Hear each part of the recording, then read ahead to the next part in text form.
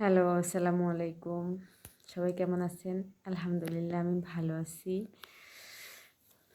নতুন বছরের সবাইকে শুভেচ্ছা। Happy new year 2026। সবাই আশা করি ভালো আছেন, অনেক ভালো আছেন। আমি আলহামদুলিল্লাহ আল্লাহর রহমতে অনেক ভালো আছি। আমাদের দেখতে দেখতে আরেকটা বছর আমাদের জীবন থেকে চলে গেল। নতুন আরেকটি বছর চলে আসলো। 2026 সাল চলে আসছে। অলরেডি আমরা 2025 সাল পার করে ফেলছি।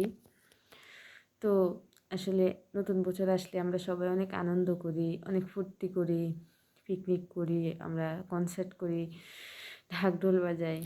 কিন্তু আমাদের জীবন থেকে যে একটা বছর চলে গেছে তার জন্য আমরা কতটুকু চিন্তিত, আমরা কতটুকু আফসোস করতেছি। আমাদের জীবন থেকে একটা বছর হায়াত কমে গেছে, আমরা একদম কবরের দিকে এগিয়ে গেছি। তাই আমরা অথচ দুনিয়া নিয়ে ব্যস্ত, দুনিয়ার আনন্দ ফুর্তি তামাশা এগুলো নিয়েই ব্যস্ত আছি। কবরের কথা আমরা ভুলেই গেছি। আমরা যে কবরের দিকে একদম এগিয়ে গেছি সেটা আমরা ভুলে গেছি। একটা বছর চলে যাওয়া মানে কবরের দিকে একদম এগিয়ে যাওয়া। তাই আমরা সবাই নতুন বছর আসছে তার জন্য ঢাকঢোল না পিটিয়ে, আমরা আনন্দ ফুর্তি না করে, পিকনিক না করে, কনসার্ট না করে আমরা আল্লাহর দরবারে আমরা শুকরিয়া আদায় করতে পারি যে আল্লাহ আমাদেরকে সুস্থতা রাখছে, ভালো রাখছে, সুস্থভাবে যে আমরা আরেকটা বছরে পা দিতে যাচ্ছি।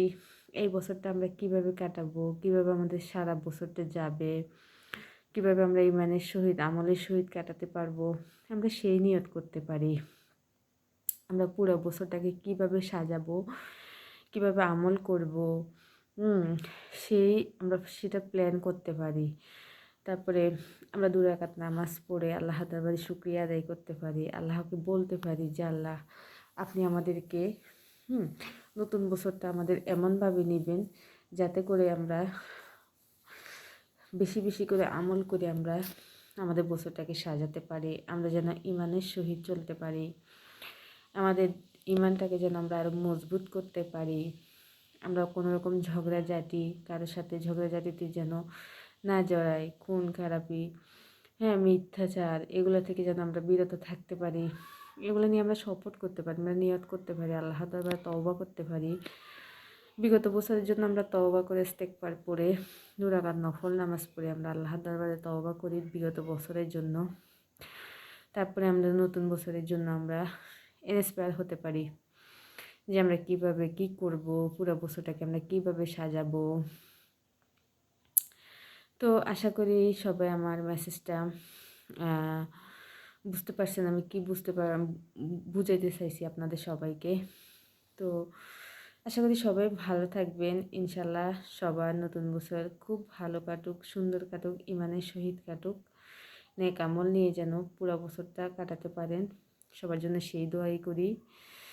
তো সবাই আমার জন্য দোয়া করবেন, আমি যেন এইভাবে আমল করতে পারি, সুন্দর করে যেন সবাইকে নিয়ে থাকতে পারি।